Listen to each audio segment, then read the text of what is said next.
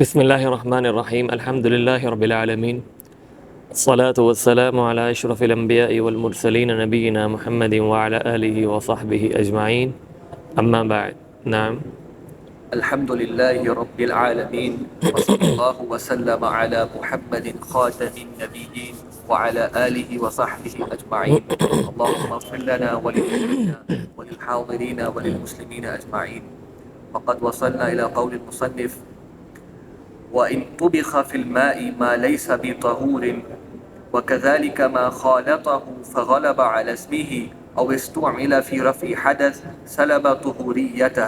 نعم، ہم نے پانی کی اقسام پڑھ رہے ہیں اور احکام المیاں پڑھ رہے ہیں، پانی کے احکام، اور اس میں ہم نے پانی کی قسمیں جو ہے وہ پڑھی ہیں کہ پانی کی 3 قسمیں ہیں: طہور، طاہر اور نجس.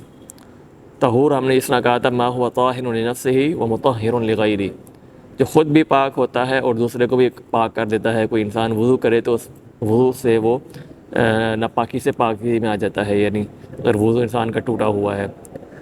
دوسری قسم ہے پانی کی طاہر، جو خود تو طاہر ہے لیکن وہ کسی کو پاک نہیں کرتا ہے، یعنی کوئی انسان اگر اسے وضو کرے تو وہ اس کا وضو جو ہے وہ نہیں ہوتا اس پانی سے.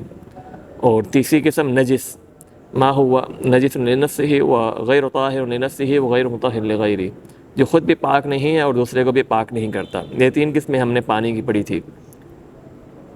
تو یہاں پہ امام رحمہ اللہ ایک مسئلہ بیان کر رہے ہیں کہ جو طہور پانی ہے وہ کب اپنے طہور کی کیفیت سے طاہر میں نقل ہو جاتا ہے. اور انہوں نے امام رحمہ اللہ نے 3 چیزیں ذکر کی ہیں. وَإِن طُبِخَ فِي الْمَاءِ، اگر پانی میں طہور یعنی طہور پانی میں کوئی چیز پکائی جائے، طہور پانی میں کوئی چیز پکائی جائے تو وہ طاہر ہو جاتی ہے. مثال کے طور پہ بارش کا پانی اترا ہے تو آپ نے یہ پانی جو بارش سے اترا ہے پانی طہور ہے، جو خود بھی پاک ہے دوسرے کو بھی پاک کر دیتا ہے. تو یہ پانی جو بارش سے اترا ہے اس پانی سے آپ کوئی چیز پکا لیتے ہیں، یعنی کوئی آپ گوشت پکاتے ہیں، اس کا شوربہ بن جاتا ہے، یخنی جس کو ہم کہتے ہیں. تو وہ یخنی جو ہے اب طاہر ہے، وہ پانی کی قسم طاہر ہے، طہور سے طاہر میں نقل ہو گئی ہے. تو آپ یخنی سے اگر وضو کریں گے تو آپ کا وضو نہیں ہوگا.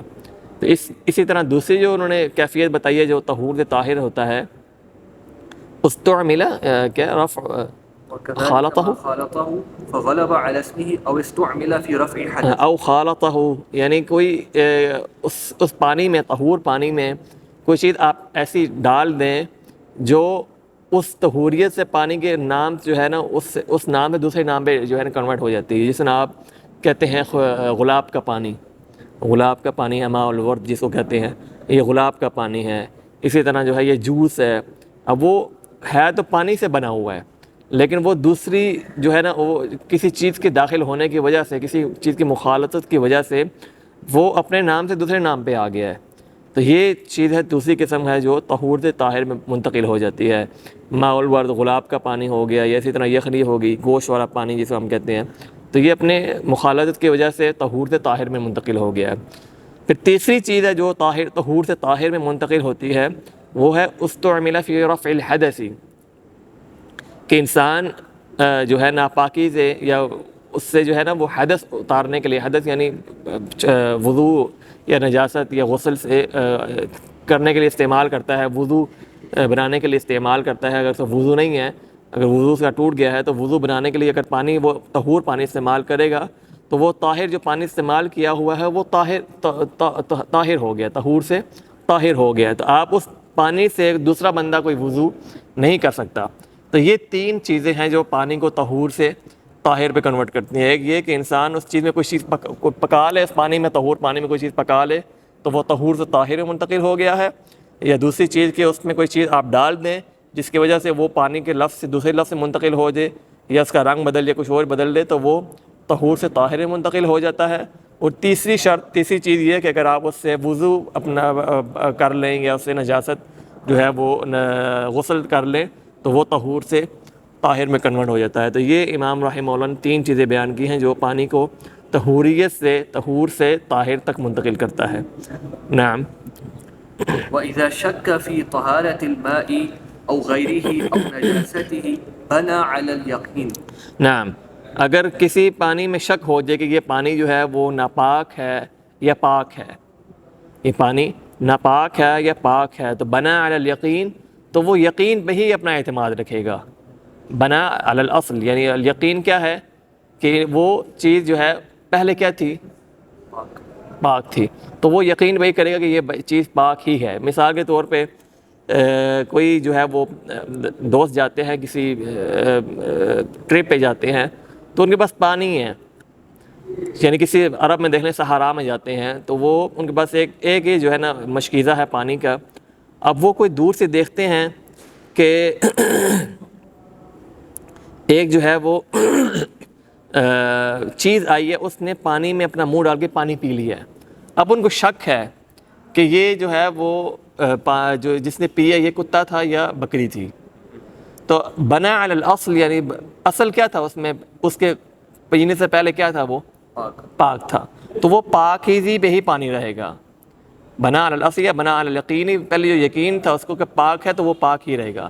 تو یہ ایک مسئلہ یہاں پہ امام رحمہ اللہ نے بیان کیا ہے کہ اگر کسی پانی میں شک ہو جائے کہ یہ ناپاک ہے یا پاک ہے تو وہ اصل میں جو پہلے تھا وہی وہ رہے گا بعد میں بھی. نعم.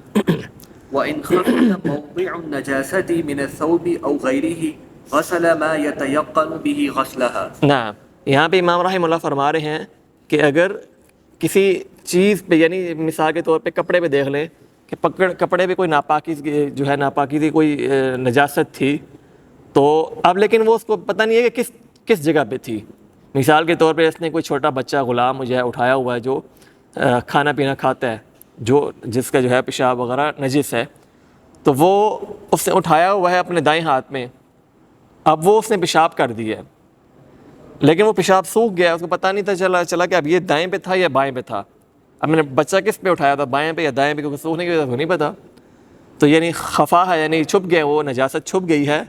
تو بنا علی غسل ما يتيقن به. غسل ما يتيقن، اب وہ جو ہے دونوں ہاتھ صاف کر لے گا، یعنی دونوں جو ہے وہ بازو صاف کر لے گا، کیونکہ یقین اسی میں ہے کہ میں اس کو بھی صاف کر لوں اس کو بھی دھو لوں تو مجھے یقین ہو جائے گا کہ میں پاک ہو گیا ہوں. تو اس لیے وہ دونوں جو ہے بازوؤں کو دھو لے گا تاکہ اس شک سے وہ نکل لے اور وہ دونوں بازوؤں کو دھو لے. تو یہ امام رحمہ اللہ نے یہاں پہ ایک مسئلہ بیان کیا ہے. نعم. وإن اشتبه ماء طهور بنجس ولم يجد غيرهما تيمم وتركهما. نعم، یہاں پہ امام رحمہ اللہ فرما رہے ہیں کہ پانی جو ہے وہ دوبارہ پڑھنا. وإن اشتبه ماء طهور بنجس، یعنی ایک پانی پڑا ہوا ہے طاہر طہور اور نجس پڑا ہوا دونوں میں. اب اس کو شک پڑ گیا یار اس میں سے طاہر کسی وہ پہلی والی مثال لے لیں، کوئی کتا آیا یا اس نے جو ہے نا پانی ایک میں سے پی لیا اور دوسرا پانی پڑا ہوا ہے. اب اس کو پتہ نہیں ہے کہ میں نے کس میں سے جو ہے اس بندے نے کتے نے کس پانی میں سے پیا ہے، کون سا پانی ناپاک ہو گیا ہے. تو وہ ان دونوں کو چھوڑ دے گا، ان دونوں پانی کو چھوڑ کے تیمم کرے گا. یہ اس صورت میں ہے کہ جب آپ کو پانی اور نہ مل سکے، یعنی آپ کسی دور جگہ پہ نکل گئے ہیں، کوئی بھی وجہ ہے جس میں پانی آپ کو نہ مل سکے، پھر آپ تیمم کر لیں گے. نعم. وإن اشتبه طهور بطاهر توضأ من كل واحد منهما. اچھا، دوسری قسم یہ ہے کہ اگر طاہر اور طہور دونوں پانی اکٹھے ہو جائیں، ہم طہور جس سے آپ وضو کر سکتے ہیں اور طاہر جس سے آپ وضو نہیں کر سکتے، کہ یہ مثال کے طور پہ آپ واش روم میں جاتے ہیں اور ایک پانی کا مشکیزہ پڑا ہے، اس کے علاوہ پانی نہیں ہے. تو اب آپ کو پتہ نہیں ہے کہ جو گھر میں جو ہے وہ آپ بند ہیں، آپ کسی سے پوچھ نہیں سکتے. کسی نے جو ہے وہ طہور پانی پڑا ہوا ہے ایک مشکیزے میں اور ایک میں طاہر پڑا ہوا ہے. اب آپ کو پتہ نہیں ہے کہ اس میں طہور کون سا ہے اور طاہر کون سا ہے. تو آپ جو ہے یعنی ایک بندہ آیا اس نے جو ہے نا ایک پانی میں سے وضو کر لیا تھا، وہ پہلے وضو کی حالت میں نہیں تھا، اس نے وضو کر لیا، وقت الوضو میں ہو گیا تھا تو اس نے وضو کر لیا. تو وہ پانی جو دونوں طہور پڑے تھے وہ ایک طہور طاہر میں جو ہے کنورٹ ہو گیا. اب ایک طہور ایک طاہر ہے، تو اب وہ دونوں سے جو ہے وضو کر لے گا، کیونکہ طاہر جو ہے اس کا کوئی اس کو مشکل نہیں ہے. اگر ناپاک تو نہیں ہے، پانی تو طاہر ہے، لیکن وضو طہور سے بھی کر لے گا تو وہ پاک ہو جائے گا اور طاہر سے بھی کر لے گا تو اس میں کوئی حرج نہیں ہے. تو وہ دونوں پانیوں میں سے طہور اور طاہر دونوں پانی میں سے وضو کر لے گا. یہ یہاں پہ ایک مسئلہ بیان کیا ہے. نعم. وإن اشتبهت ثياب طاهرة بنجسة صلى في كل ثوب بعدد النجس بعدد النجس وزاد صلاة. نعم، یہاں پہ نجاست کے احکام امام رحمہ اللہ جو ہے ذکر کر رہے ہیں کہ اگر اس کے پاس کپڑے ہیں، یعنی مثال کے طور پہ 3-4 سوٹ ہیں، 5 سوٹ ہیں الماری میں، اب اس کو پتہ ہے کہ ان 5 سوٹ میں سے جو ہے 2 سوٹ جو ہے وہ ناپاک ہیں، ٹھیک ہے، تو اب لیکن اس کو پتہ نہیں اس میں سے کون سے جو ہے نا 2 سوٹ ناپاک ہیں، اب کیا کرے؟ تو وہ 3 نمازیں پڑھ لے گا.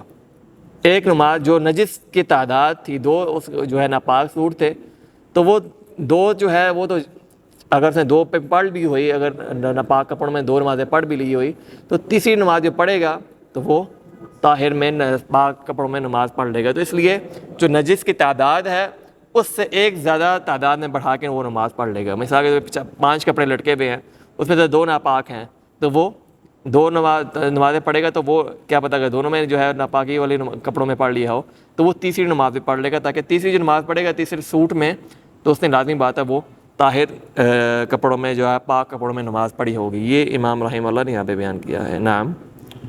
وتغسل نجاسة الكلب والخنزير 7 إحداهن بالتراب. اچھا، کتے اور جو خنزیر ہے اس کی نجاست یہاں پہ طریقہ کار بتایا گیا کہ اس کی نجاست کیسے صاف کی جائے گی، کہ آپ جو ہے وہ 6 مرتبہ جو ہے وہ پانی بہائیں گے اور 7ویں مرتبہ جو ہے وہ آپ مٹی سے جو ہے دھوئیں گے. یا پہلی مرتبہ کر سکتے ہیں یا آخری میں، دونوں حدیث ملتی ہیں، لیکن بہتر یہ ہے کہ انسان پہلی مرتبہ مٹی سے دھو لے، اس کے بعد جو ہے باقی جو ہے 6 مرتبہ جو ہے وہ پانی سے جو ہے وہ دھو لے. یہ صرف خنزیر اور کتے کے لیے خاص ہے، باقی نجاست کے لیے نہیں. نعم. ويجزئ في سائر النجاسات 3 منقية. 3 منقیہ، باقی جو نجاسات ہے اس میں کہہ رہے ہیں کہ 3 بار جو ہے وہ آپ اس کو دھو دیں. اور منقیہ کا مطلب ہے یعنی جو ہے نا آپ وہ جو عین النجاست ہے، جو گند ہے، نجاست ناپاکی ہے، وہ وہاں سے صاف ہو جائے، نظر نہ آئے. یعنی یہاں میں فرش پہ کوئی اگر چیز گری ہے تو آپ اس کو اس وقت تک دھو لیں جب تک وہ صاف نہ ہو جائے، نظر نہ آئے. یہ مطلب ہے نجاست صاف کرنے کا طریقہ. نعم. وإن كان على الأرض فصبة واحدة تذهب بعينها. نعم، اگر تو زمین پہ ہے تو ایک جو ہے ایک مرتبہ ہی آپ اس پر پانی بہا دیں، اگر وہ چلی جاتی ہے گندگی صاف ہو جاتی ہے تو کافی ہے. جس طرح نبی علیہ الصلوۃ والسلام مسجد میں جب اعرابی آیا، اس نے پیشاب کیا، تو آپ نے فرمایا کہ ایک دلو اس پہ جو ہے نا بہا دو. تو یہ ایک دلو بہانے سے اگر وہ نجاست ختم ہو جاتی ہے، اگر اس کی عین نجاست باقی نہ رہے تو وہ پاک ہو جاتا ہے. نعم. بقول رسول الله صلى الله عليه وسلم صبوا على بول الأعرابي ذنوبا من ماء. ہاں، نبی علیہ الصلوۃ والسلام کی حدیث ہے، یعنی دلیل دے رہے ہیں کہ اعرابی کے پیشاب پہ ایک دلو جو ہے، ایک مشکیزہ یا ایک لوٹا کہہ دے، وہ بہا دو. تو یہ اس جگہ پہ ہے جہاں پہ جو ہے نا یعنی مٹی تھی. اس وقت زمانے میں اس طرح کے فرق نہیں تھے جیسے ہمارے پاس ٹائلز وغیرہ ہیں، تو وہ مٹی جذب کر لیتی تھی اور جو ہے وہ ایسی چیزیں نہیں تھی، تو اس لیے وہ ایک لوٹا بھی کافی ہے. لیکن اگر اس طرح ٹائل ہے، اس پہ نجاست ہے، تو وہ نجاست تو آپ اس وقت تک دھوئیں گے جب تک وہ صاف نہ ہو جائے. یعنی آپ کسی ٹھکانے لگا دیں، یہاں پہ آپ ایک لوٹا لگائیں گے تو صاف نہیں ہوگی. تو جب تک وہ چیز صاف نہ ہو تب تک آپ اس کو صاف کریں، اگر 3 ہوتے ہیں 4 ہوتے ہیں جتنے بھی ہوئیں. نعم. ويجزئ في بول الغلام الذي لم يأكل الطعام النضح. نعم. كذلك المذي. یہاں پہ امام رحمہ اللہ فرما رہے ہیں کہ بچہ کھانا نہ کھا رہا ہو، یعنی ماں کا صرف دودھ پی رہا ہو، تو اس کے لیے نو کافی ہے. یعنی ایک رشہ جو ہے نا، جس کو ہم رشہ کہتے ہیں، یا پانی کا چھٹکا جو ہے وہ کافی، اگر وہ پیشاب کر دے. لیکن اگر بچی پیشاب کرے تو اس کے لیے دھونا واجب ہے، کیونکہ علماء اس میں علت بیان کرتے ہیں کہ ایک تو بچی جو ہے وہ اس کے پیشاب میں جو ہے کہتے ہیں کہ وائرس زیادہ ہوتے ہیں، کچھ کہتے ہیں اس میں حرارت زیادہ ہوتی ہے. لیکن علی کل حال الحکمہ، جو حکمت ہے وہ اللہ تعالیٰ بہتر جانتا ہے. لیکن یہ شریعت کا عمل ہے کہ آپ بچہ جو ہے لڑکا ہے، وہ اگر کھانا نہ کھا رہا ہو، صرف دودھ پر اکتفا کرتا ہو، ماں کے دودھ پہ، تو آپ اس پہ ایک رشہ مار دیں پیشاب پہ تو وہ کافی ہے. اور اگر بچی ہے اور وہ بھی اگر کھانا نہ کھا رہی تو اس کو دھونا، اس کے پیشاب کو دھونا واجب ہے، کیونکہ وہ نجس ہے، ناپاک ہے. نعم. وکذالک المذی. اسی طرح مذی جو ہے اصل میں حکم مذی کا ناپاکی ہے، ناپاک ہے، ٹھیک ہے. اور منی جو ہے وہ پاک ہے، منی پاک ہے، آپ اس کو دھونا پہ جو ہے نا لازمی نہیں ہے. لیکن مذی جو ہے وہ ناپاک ہے. اور منی میں اور مذی میں یہ فرق ہے کہ منی جو ہے وہ شہوت کے بعد نکلتی ہے، اور مذی جب انسان ایسی کوئی چیز سوچ رہا ہو یا شہوت سے پہلے وہ مذی نکلتی ہے. اور دونوں میں جو ہے نا وہ فرق بھی ہوتا ہے، استعمال یعنی ہاتھ لگائیں پہ تو سمجھ آ جاتی ہے. لیکن مزی جو ہے اس کی نجاست مخفف ہے، یعنی آپ اس کو رشف کر، جس طرح بچے کے پیشاب پہ آپ اس کو پانی کا چھٹا مار سکتے ہیں، اسی طرح مزی جو ہے اس پہ بھی آپ چھٹا مار دیں، یہ کافی ہے، اس کو اس لیے نجاست مخففہ کہا جاتا ہے۔ لیکن منی جو ہے اس کو دھونے کی ضرورت نہیں ہے۔ نبی علیہ الصلوۃ والسلام کی حدیث ہے، عائشہ فرماتے ہیں کہ آپ اس کو کھرچ دیا کرتے تھے کپڑوں سے، اس کو کھرچ دیا کرتے تھے کیونکہ وہ ناپاک نہیں ہے بلکہ پاک ہے۔ نعم۔ ويعفى عن يسيره ويسير الدم وما تولد منه من القيح والصديد ونحوه۔ اچھا وہی ويعفى عن يسيره ويسير، یسیر ہی ضمیر کہاں لوٹ رہی ہے یہ؟ وَيُعْفَى عَنْ يَسِيرِهِ، مزید نعم، مزی یعنی یسیر اگر تھوڑی سی منی ہو تو اس میں کوئی حرج نہیں ہے، اس مزی میں اس میں کوئی حرج نہیں ہے، اس میں بھی رشے کی بھی یعنی ضرورت نہیں ہے۔ والدم، اسی طرح جو ہے خون، یعنی حنابلہ کے ہاں خون بھی جو ہے ناپاک ہے، لیکن وہ باب میں ہم ترجیح پڑھیں گے اگلی کتاب میں جب ہم پڑھیں گے، تو حنابلہ کے ہاں جو ہے خون یہ بھی ناپاک ہے، اگر کپڑوں میں خون لگ جائے تو اس کا بھی جو ہے نا وہ دھونا واجب ہے۔ اسی طرح قیح الٹی جو ہو گئی، صدید کہتے ہیں جو پس ہوتی ہے، یہ بھی ناپاک ہے۔ لیکن یعفی عن یسیرہ، یعنی اگر تھوڑی چیز ہو، تھوڑی مقدار میں ہو، خون ہو، چاہے وہ خون ہو، چاہے وہ پس ہو، چاہے وہ الٹی ہو، اور چاہے وہ مدی ہو، تو وہ اس میں کوئی حرج نہیں ہے۔ لیکن یہاں پہ آگے امام رحمہ اللہ یسیر کا ضابط بیان کریں گے۔ نعم۔ وهو ما لا يفحش في النفس، نہیں، یعنی ایسی یسیر، یعنی ضابط یسیر کا بیان کریں گے، وہ تھوڑی چیز کیا ہوتی ہے کہ وہ چیز جو انسان خود دیکھے یار کہ یہ تھوڑی سی چیز ہے، یعنی انسان کو ذہن جو ہے یا اس کا عقل جو ہے مانے نا کہ یہ چیز زیادہ ہے، یعنی قطرہ دم کا کہ یار یہ چھوٹی سی چیز ہے، تو یہ انسان اپنے پہ ہوتی ہے کہ وہ خود جو ہے سمجھ سکتا ہے کہ یہ تھوڑا ہے یا زیادہ ہے، جو انسان کے عقل میں نہ آ رہا ہو کہ یعنی کوئی بڑی چیز نہیں ہے، تو یہ یسیر کا ضابط امام رحمہ اللہ نے ذکر کیا ہے۔ نعم۔ ومنی الآدمی وبول ما يؤكل لحمه طاہر۔ نعم، اسی طرح کیا چیز؟